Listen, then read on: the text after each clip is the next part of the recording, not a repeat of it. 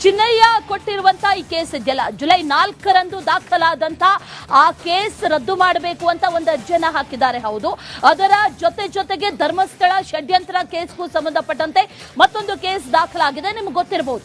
ಅದನ್ನು ಕೂಡ ರದ್ದು ಮಾಡಬೇಕು ಅನ್ನುವಂತಹ ನಿಟ್ಟಿನಲ್ಲಿ ಈಗ ಈ ಕೇಸ್ ದಾಖಲಾಗಿರೋದು.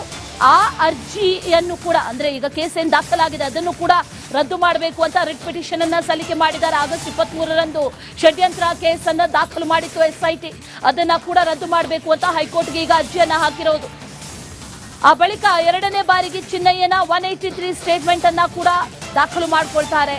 ಚಿನ್ನಯ್ಯನ ಹೇಳಿಕೆಯನ್ನ ಆಧರಿಸಿ ಈಗ ಬುರುಡೆ ಗ್ಯಾಂಗ್ಗೆ ನೋಟಿಸ್ ಅನ್ನ ಕೂಡ ಕೊಟ್ಟಿರೋದು. SIT ನೋಟಿಸ್ಗೆ ಇಡೀ ಬುರುಡೆ ಗ್ಯಾಂಗ್ ಇದೆಯಲ್ಲ ಅದು ಪತ್ರಗುಟ್ಟು ಹೋಗಿದೆ. ಯಾವಾಗ ವಿಚಾರಣೆ ತಮ್ಮ ಬುಡಕ್ಕೆ ಬಂತು, 4ವರೆಗೂ ಕೂಡ ನೋಟಿಸ್ಗಳು ಬಂದವು. ನೋಟಿಸ್ ಬಂದ ನಂತರದಲ್ಲಿ ವಿಚಾರಣೆಗೆ ಹಾಜರಾಗಬೇಕು, ಇಲ್ಲ ಅಂತಂದ್ರೆ ಕನ್ಫರ್ಮ್ ಆಗಿ ಅರೆಸ್ಟ್ ಆಗ್ತಾರೆ ಅನ್ನುವಂತಹ ನಿಟ್ಟಿನಲ್ಲಿ ಸೂಚನೆಗಳು ಬಂದವು. ಆಗ ಈ ಬುಡ ಅಲ್ಲಾಡಿದಂತಹ ಸಂದರ್ಭದಲ್ಲಿ 4 ಜನ ಹೈಕೋರ್ಟ್ ಮೊರೆ ಹೋಗಿದ್ದಾರೆ. 2 ಕೇಸ್ಗಳನ್ನ ರದ್ದು ಮಾಡಬೇಕು ಅಂತ ಈಗ ಒಂದು ಅರ್ಜಿಯೊಂದನ್ನ ಹಾಕಿದ್ದಾರೆ.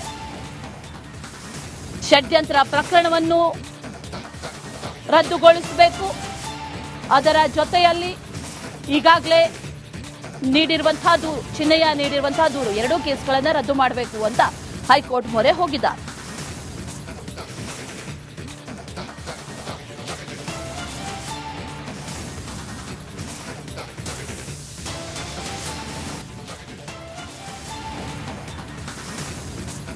ಇನ್ನು ಚಿನ್ನಯ್ಯ ಕೊಟ್ಟಿರುವಂತ ಈ ಕೇಸ್ ಇದೆಯಲ್ಲ, ಜುಲೈ 4ರಂದು ದಾಖಲಾದಂತ ಆ ಕೇಸ್ ರದ್ದು ಮಾಡಬೇಕು ಅಂತ ಒಂದು ಅರ್ಜಿಯನ್ನ ಹಾಕಿದ್ದಾರೆ. ಹೌದು, ಅದರ ಜೊತೆಗೆ ಧರ್ಮಸ್ಥಳ ಷಡ್ಯಂತ್ರ ಕೇಸ್ಗೂ ಸಂಬಂಧಪಟ್ಟಂತೆ ಮತ್ತೊಂದು ಕೇಸ್ ದಾಖಲಾಗಿದೆ, ನಿಮ್ಗೆ ಗೊತ್ತಿರಬಹುದು. ಅದನ್ನು ಕೂಡ ರದ್ದು ಮಾಡಬೇಕು ಅನ್ನುವಂತಹ ನಿಟ್ಟಿನಲ್ಲಿ ಈಗ ಈ ಕೇಸ್ ದಾಖಲಾಗಿರೋದು. ಆ ಅರ್ಜಿಯನ್ನು ಕೂಡ ಅಂದ್ರೆ ಈಗ ಕೇಸ್ ಏನ್ ದಾಖಲಾಗಿದೆ ಅದನ್ನು ಕೂಡ ರದ್ದು ಮಾಡಬೇಕು ಅಂತ ರಿಟ್ ಪಿಟಿಷನ್ ಅನ್ನ ಸಲ್ಲಿಕೆ ಮಾಡಿದ್ದಾರೆ. ಆಗಸ್ಟ್ 23ರಂದು ಷಡ್ಯಂತ್ರ ಕೇಸ್ ಅನ್ನ ದಾಖಲು ಮಾಡಿತ್ತು SIT. ಅದನ್ನ ಕೂಡ ರದ್ದು ಮಾಡಬೇಕು ಅಂತ ಹೈಕೋರ್ಟ್ಗೆ ಈಗ ಅರ್ಜಿಯನ್ನ ಹಾಕಿರೋದು. ಆ ಬಳಿಕ ಎರಡನೇ ಬಾರಿಗೆ ಚಿನ್ನಯ್ಯನ 183 ಸ್ಟೇಟ್ಮೆಂಟ್ ಅನ್ನ ಕೂಡ ದಾಖಲು ಮಾಡಿಕೊಳ್ತಾರೆ. ಚಿನ್ನಯ್ಯನ ಹೇಳಿಕೆಯನ್ನ ಆಧರಿಸಿ ಈಗ ಬುರುಡೆ ಗ್ಯಾಂಗ್ಗೆ ನೋಟಿಸ್ ಅನ್ನ ಕೂಡ ಕೊಟ್ಟಿರೋದು. SIT ನೋಟಿಸ್ಗೆ ಇಡೀ ಬುರುಡೆ ಗ್ಯಾಂಗ್ ಇದೆಯಲ್ಲ ಅದು ಪತ್ರಗುಟ್ಟು ಹೋಗಿದೆ. ಯಾವಾಗ ವಿಚಾರಣೆ ತಮ್ಮ ಬುಡಕ್ಕೆ ಬಂತು, 4ವರೆಗೂ ಕೂಡ ನೋಟಿಸ್ಗಳು ಬಂದವು. ನೋಟಿಸ್ ಬಂದ ನಂತರದಲ್ಲಿ ವಿಚಾರಣೆಗೆ ಹಾಜರಾಗಬೇಕು, ಇಲ್ಲ ಅಂತಂದ್ರೆ ಕನ್ಫರ್ಮ್ ಆಗಿ ಅರೆಸ್ಟ್ ಆಗ್ತಾರೆ ಅನ್ನುವಂತಹ ನಿಟ್ಟಿನಲ್ಲಿ ಸೂಚನೆಗಳು ಬಂದವು. ಆಗ ಈ ಬುಡ ಅಲ್ಲಾಡಿದಂತಹ ಸಂದರ್ಭದಲ್ಲಿ 4 ಜನ ಹೈಕೋರ್ಟ್ ಮೊರೆ ಹೋಗಿದ್ದಾರೆ. 2 ಕೇಸ್ಗಳನ್ನ ರದ್ದು ಮಾಡಬೇಕು ಅಂತ ಈಗ ಒಂದು ಅರ್ಜಿಯೊಂದನ್ನ ಹಾಕಿದ್ದಾರೆ. ಷಡ್ಯಂತ್ರ ಪ್ರಕರಣವನ್ನು ರದ್ದುಗೊಳಿಸಬೇಕು, ಅದರ ಜೊತೆಯಲ್ಲಿ ಈಗಾಗಲೇ ನೀಡಿರುವಂತಹ ದೂರು, ಚಿನ್ನಯ್ಯ ನೀಡಿರುವಂತಹ ದೂರು, 2 ಕೇಸ್ಗಳನ್ನು ರದ್ದು ಮಾಡಬೇಕು ಅಂತ ಹೈಕೋರ್ಟ್ ಮೊರೆ ಹೋಗಿದ್ದಾರೆ.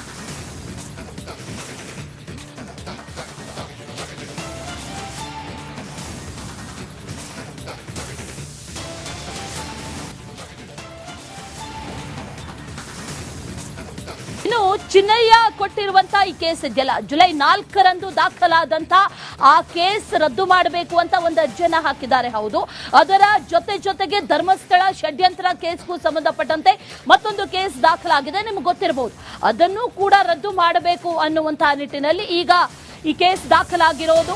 ಆ ಅರ್ಜಿಯನ್ನು ಕೂಡ ಅಂದ್ರೆ ಈಗ ಕೇಸ್ ಏನ್ ದಾಖಲಾಗಿದೆ ಅದನ್ನು ಕೂಡ ರದ್ದು ಮಾಡಬೇಕು ಅಂತ ರಿಟ್ ಪಿಟಿಷನ್ ಅನ್ನ ಸಲ್ಲಿಕೆ ಮಾಡಿದ್ದಾರೆ. ಆಗಸ್ಟ್ 23ರಂದು ಷಡ್ಯಂತ್ರ ಕೇಸ್ ಅನ್ನ ದಾಖಲು ಮಾಡಿತ್ತು SIT. ಅದನ್ನ ಕೂಡ ರದ್ದು ಮಾಡಬೇಕು ಅಂತ ಹೈಕೋರ್ಟ್ಗೆ ಈಗ ಅರ್ಜಿಯನ್ನ ಹಾಕಿರೋದು. ಆ ಬಳಿಕ ಎರಡನೇ ಬಾರಿಗೆ ಚಿನ್ನಯ್ಯನ 183 ಸ್ಟೇಟ್ಮೆಂಟ್ ಅನ್ನ ಕೂಡ ದಾಖಲು ಮಾಡಿಕೊಳ್ತಾರೆ. ಚಿನ್ನಯ್ಯನ ಹೇಳಿಕೆಯನ್ನ ಆಧರಿಸಿ ಈಗ ಬುರುಡೆ ಗ್ಯಾಂಗ್ಗೆ ನೋಟಿಸ್ ಅನ್ನ ಕೂಡ ಕೊಟ್ಟಿರೋದು. SIT ನೋಟಿಸ್ಗೆ ಇಡೀ ಬುರುಡೆ ಗ್ಯಾಂಗ್ ಇದೆಯಲ್ಲ ಅದು ಪತ್ರಗುಟ್ಟು ಹೋಗಿದೆ. ಯಾವಾಗ ವಿಚಾರಣೆ ತಮ್ಮ ಬುಡಕ್ಕೆ ಬಂತು, 4ವರೆಗೂ ಕೂಡ ನೋಟಿಸ್ಗಳು ಬಂದವು. ನೋಟಿಸ್ ಬಂದ ನಂತರದಲ್ಲಿ ವಿಚಾರಣೆಗೆ ಹಾಜರಾಗಬೇಕು, ಇಲ್ಲ ಅಂತಂದ್ರೆ ಕನ್ಫರ್ಮ್ ಆಗಿ ಅರೆಸ್ಟ್ ಆಗ್ತಾರೆ ಅನ್ನುವಂತಹ ನಿಟ್ಟಿನಲ್ಲಿ ಸೂಚನೆಗಳು ಬಂದವು. ಆಗ ಈ ಬುಡ ಅಲ್ಲಾಡಿದಂತಹ ಸಂದರ್ಭದಲ್ಲಿ 4 ಜನ ಹೈಕೋರ್ಟ್ ಮೊರೆ ಹೋಗಿದ್ದಾರೆ. 2 ಕೇಸ್ಗಳನ್ನ ರದ್ದು ಮಾಡಬೇಕು ಅಂತ ಈಗ ಒಂದು ಅರ್ಜಿಯೊಂದನ್ನ ಹಾಕಿದ್ದಾರೆ. ಷಡ್ಯಂತ್ರ ಪ್ರಕರಣವನ್ನು ರದ್ದುಗೊಳಿಸಬೇಕು, ಅದರ ಜೊತೆಯಲ್ಲಿ ಈಗಾಗಲೇ ನೀಡಿರುವಂತಹ ದೂರು, ಚಿನ್ನಯ್ಯ ನೀಡಿರುವಂತಹ ದೂರು, 2 ಕೇಸ್ಗಳನ್ನು ರದ್ದು ಮಾಡಬೇಕು ಅಂತ ಹೈಕೋರ್ಟ್ ಮೊರೆ ಹೋಗಿದ್ದಾರೆ.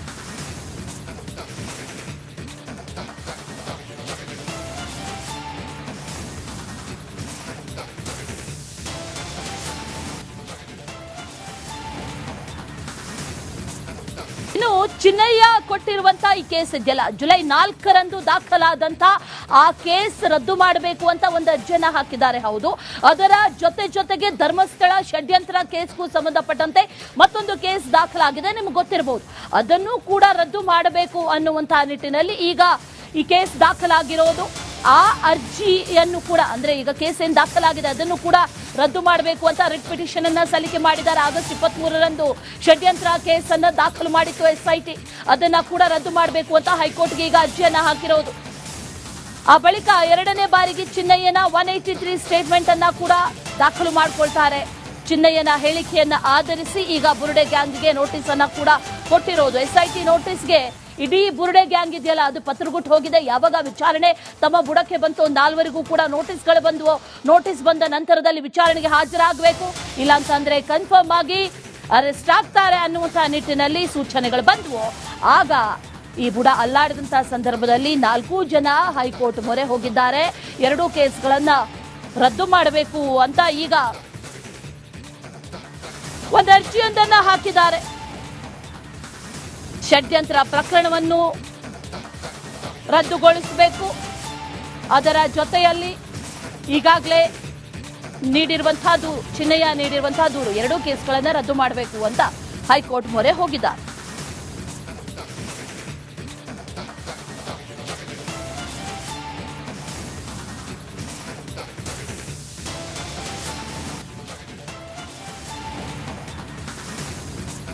ಇನ್ನು ಚಿನ್ನಯ್ಯ ಕೊಟ್ಟಿರುವಂತ ಈ ಕೇಸ್ ಇದೆಯಲ್ಲ, ಜುಲೈ 4ರಂದು ದಾಖಲಾದಂತ ಆ ಕೇಸ್ ರದ್ದು ಮಾಡಬೇಕು ಅಂತ ಒಂದು ಅರ್ಜಿಯನ್ನ ಹಾಕಿದ್ದಾರೆ. ಹೌದು, ಅದರ ಜೊತೆಗೆ ಧರ್ಮಸ್ಥಳ ಷಡ್ಯಂತ್ರ ಕೇಸ್ಗೂ ಸಂಬಂಧಪಟ್ಟಂತೆ ಮತ್ತೊಂದು ಕೇಸ್ ದಾಖಲಾಗಿದೆ, ನಿಮ್ಗೆ ಗೊತ್ತಿರಬಹುದು. ಅದನ್ನು ಕೂಡ ರದ್ದು ಮಾಡಬೇಕು ಅನ್ನುವಂತಹ ನಿಟ್ಟಿನಲ್ಲಿ ಈಗ ಈ ಕೇಸ್ ದಾಖಲಾಗಿರೋದು. ಆ ಅರ್ಜಿಯನ್ನು ಕೂಡ ಅಂದ್ರೆ ಈಗ ಕೇಸ್ ಏನ್ ದಾಖಲಾಗಿದೆ ಅದನ್ನು ಕೂಡ ರದ್ದು ಮಾಡಬೇಕು ಅಂತ ರಿಟ್ ಪಿಟಿಷನ್ ಅನ್ನ ಸಲ್ಲಿಕೆ ಮಾಡಿದ್ದಾರೆ. ಆಗಸ್ಟ್ 23ರಂದು ಷಡ್ಯಂತ್ರ ಕೇಸ್ ಅನ್ನ ದಾಖಲು ಮಾಡಿತ್ತು SIT. ಅದನ್ನ ಕೂಡ ರದ್ದು ಮಾಡಬೇಕು ಅಂತ ಹೈಕೋರ್ಟ್ಗೆ ಈಗ ಅರ್ಜಿಯನ್ನ ಹಾಕಿರೋದು. ಆ ಬಳಿಕ ಎರಡನೇ ಬಾರಿಗೆ ಚಿನ್ನಯ್ಯನ 183 ಸ್ಟೇಟ್ಮೆಂಟ್ ಅನ್ನ ಕೂಡ ದಾಖಲು ಮಾಡಿಕೊಳ್ತಾರೆ. ಚಿನ್ನಯ್ಯನ ಹೇಳಿಕೆಯನ್ನ ಆಧರಿಸಿ ಈಗ ಬುರುಡೆ ಗ್ಯಾಂಗ್ಗೆ ನೋಟಿಸ್ ಅನ್ನ ಕೂಡ ಕೊಟ್ಟಿರೋದು. SIT ನೋಟಿಸ್ಗೆ ಇಡೀ ಬುರುಡೆ ಗ್ಯಾಂಗ್ ಇದೆಯಲ್ಲ ಅದು ಪತ್ರಗುಟ್ಟು ಹೋಗಿದೆ. ಯಾವಾಗ ವಿಚಾರಣೆ ತಮ್ಮ ಬುಡಕ್ಕೆ ಬಂತು, 4ವರೆಗೂ ಕೂಡ ನೋಟಿಸ್ಗಳು ಬಂದವು. ನೋಟಿಸ್ ಬಂದ ನಂತರದಲ್ಲಿ ವಿಚಾರಣೆಗೆ ಹಾಜರಾಗಬೇಕು, ಇಲ್ಲ ಅಂತಂದ್ರೆ ಕನ್ಫರ್ಮ್ ಆಗಿ ಅರೆಸ್ಟ್ ಆಗ್ತಾರೆ ಅನ್ನುವಂತಹ ನಿಟ್ಟಿನಲ್ಲಿ ಸೂಚನೆಗಳು ಬಂದವು. ಆಗ ಈ ಬುಡ ಅಲ್ಲಾಡಿದಂತಹ ಸಂದರ್ಭದಲ್ಲಿ 4 ಜನ ಹೈಕೋರ್ಟ್ ಮೊರೆ ಹೋಗಿದ್ದಾರೆ. 2 ಕೇಸ್ಗಳನ್ನ ರದ್ದು ಮಾಡಬೇಕು ಅಂತ ಈಗ ಒಂದು ಅರ್ಜಿಯೊಂದನ್ನ ಹಾಕಿದ್ದಾರೆ. ಷಡ್ಯಂತ್ರ ಪ್ರಕರಣವನ್ನು ರದ್ದುಗೊಳಿಸಬೇಕು, ಅದರ ಜೊತೆಯಲ್ಲಿ ಈಗಾಗಲೇ ನೀಡಿರುವಂತಹ ಚಿನ್ನಯ್ಯ ನೀಡಿರುವಂತಹ ದೂರು 2 ಕೇಸ್ಗಳನ್ನು ರದ್ದು ಮಾಡಬೇಕು ಅಂತ ಹೈಕೋರ್ಟ್ ಮೊರೆ ಹೋಗಿದ್ದಾರೆ.